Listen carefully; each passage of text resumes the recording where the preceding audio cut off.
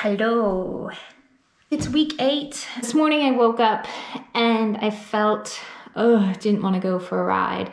Only because I had a really great ride yesterday. I did my longest ride yet so far in this training. I did 117 kilometers, climbed over 1,400 meters, had a great adventure.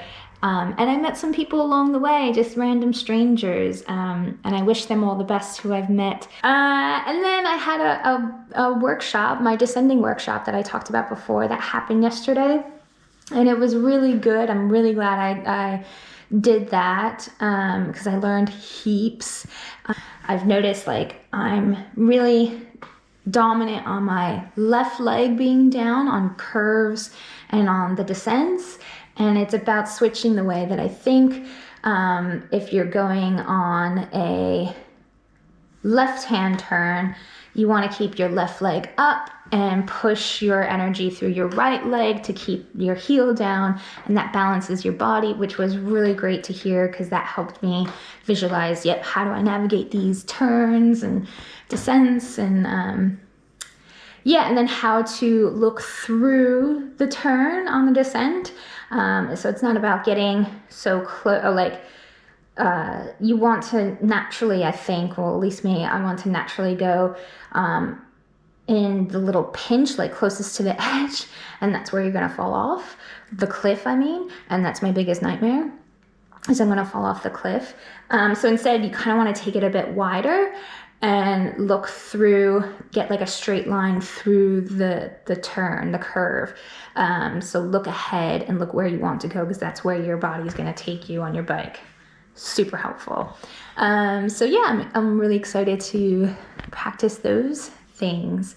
Anyway, so yesterday was such a good ride. It was 6 to 6.5 hours, something like that. I'm feeling really exhausted. But last night I tried this new recovery cream, just massaged my quads and my hamstrings and my calves with it. I went to bed like soaked in this cream and woke up this morning and my legs don't feel 100%. They feel like 95. Actually, right now they feel about 98%. But I think the other 2 to 5% that I'm lacking is just physical fatigue in general. So, but now that I got my cycling clothes on, I feel ready to go. It's only a 3-hour ride. 3. And I'm gonna do a route that I haven't done in ages, which I'm gonna go head west of the city. Head west. I'm just gonna have fun with this ride, just chill out, and soak in the stuff. So just 3 hours.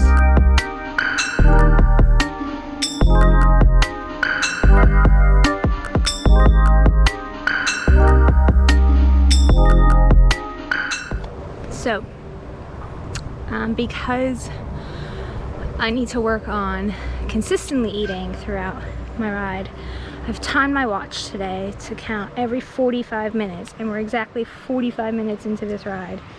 45 minutes on the dot. So I'm gonna stop and eat.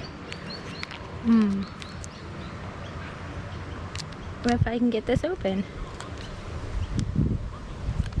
Come on. These are usually easier to get open. I'm gonna have to put you down. Watch me open this. Ah, there it goes. My teeth weren't strong enough. Right. We talk about these all the time. Spring is my favorite gel. However, I'm realizing, yesterday I realized actually, in my 6-hour ride, I need more than just gels. And I believe that's because my rides are getting much longer. 117K, and all I ate were 3 or 4 gels and a couple blocks. These gummy blocks, let me show you these gummy blocks. I keep them in my saddlebag here. These blocks. That's all I had. So when I got home, I quickly ordered from Uber Eats delivery for lunch. And I've never scarfed down a meal like that before. That's pretty bad. But it was good. So good. The joys of riding. So with that said, for my future rides, I need to start meal prepping a bit better. So So today, I think I'm gonna go home this afternoon after my ride and make homemade granola bars, some protein balls, and this week for my grocery shopping list, I'm gonna get a loaf of bread and pack a sandwich. Just gonna try different things. Maybe a sandwich would be too heavy, I don't know, but let's try it. All right, almost done with this gel, and then we'll keep going.